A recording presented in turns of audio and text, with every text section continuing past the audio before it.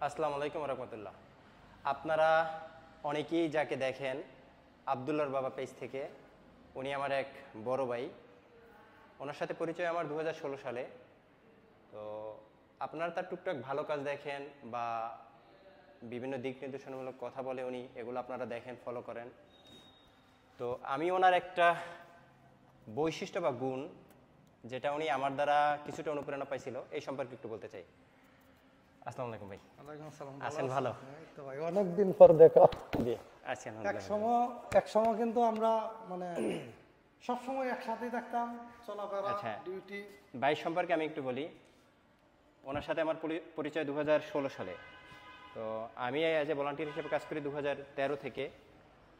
2017 সালের দিকে রক্তকণিকা নামক ফাউন্ডেশনে একটি সংগঠনে আমি কাজ করি অ্যাজ এ ভলান্টিয়ার হিসেবে। ওখান থেকে ভাই আমার কাজ দেখে কিছুটা অনুপ্রেরণা পায় এবং উনি আমাদের সাথে ইনভলভ হয়, অ্যাজ এ ভলান্টিয়ার হিসেবে কাজ করে, মাঠ পর্যায়ে কাজ করে। পাশাপাশি উনি রক্তদান করে, বিভিন্ন মানুষের রক্ত ম্যানেজ করে দেয়া, টুকটাক যে ভালো কাজগুলো আছে এই কাজগুলো কন্ট্রিবিউট করে। আর্থিকভাবে হোক, শারীরিকভাবে হোক, মানসিকভাবে হোক আমাদের সহযোগিতা করতো, সবসময় পাশে থাকতো।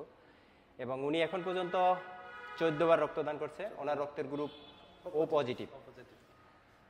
আর উনি এই কাজটা যতদিন সুস্থ স্বাভাবিক থাকে ততদিনই কন্টিনিউ করবে। আর এখানে আজকে আমি কথা বলার উদ্দেশ্য এটা, উনি একটা জব করে যেটা ব্যস্তময় জীবনযাপন করে। আপনারা জানেন যে উনি পুলিশে জব করে।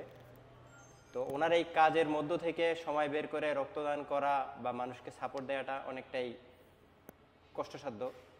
তো তারপর উনি ওনার সীমাবদ্ধতার জায়গা থেকে সর্বোচ্চ চেষ্টা করে মানুষকে সাপোর্ট দেওয়ার জন্য।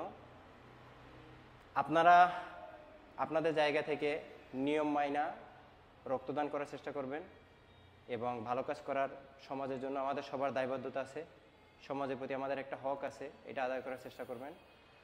আর ভাইকে সাপোর্ট করবেন, ভাইয়ের সাথে থাকবেন। ভাই যে ভালো কাজগুলো করে এগুলোকে আপনারা সবাই সাপোর্ট দিবেন।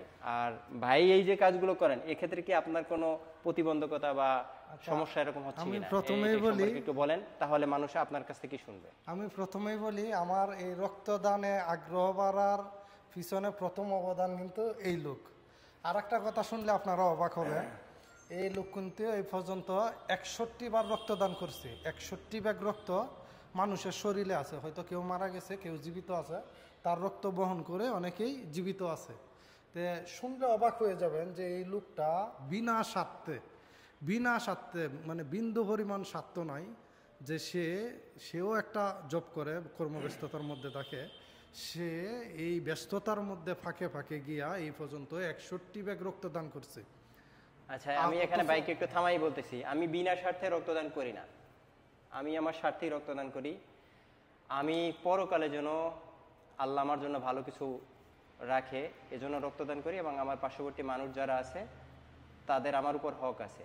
তার দুরবস্থায় বা তার খারাপ সময়, তার অসুস্থকালীন সময় পাশে দাঁড়ানোটা আমাদের সবার দায়িত্ব। তো ওই দায়িত্বের জায়গা থেকেই আমি আমার স্বার্থবাদের জায়গা থেকেই রক্তদান করি। তো আপনারাও সবাই চেষ্টা করবেন কন্টিনিউ করার। ভিডিও বড় হয়ে যাবে, বড় করবো না। ভাই প্রশ্ন করছিল যে আমার ডিউটিতে কোনো প্রতিবন্ধকতা হয় কিনা। হয় না, হয় যে একবারে এরকম না। অনেকেই হয়তো সময় মতো যারা চায় তাদের দিতে পারি না ডিউটির কারণে। অনেক সময় ডিউটি শেষ করে যাইতে যাইতে দেরি হয়ে যা, তাদেরও লাগে না। তারপরে রক্ত দিলে আসলে একটু কষ্টও হয় ডিউটি করতে। আমরা যে ডিউটি করি জানেন এটা অনেক চাপের ডিউটি, সেক্ষেত্রে একটু সমস্যা হয়, কিন্তু মানুষের উপকার হয়, এটাই হচ্ছে সবচেয়ে বড় কথা। সবাই আমাদের জন্য দোয়া করবেন, এই মানুষটার জন্য দোয়া করবেন, আমিও আপনাদের জন্য দোয়া করি। সবাই ভালো থাকবেন, সুস্থ থাকবেন। জহির, তুমিও ভালো থাকবে, দোয়া রাখবেন আমার জন্য। দোয়া এবং শুভকামনা। ভালো থাকবেন সবাই, আল্লাহ হাফেজ।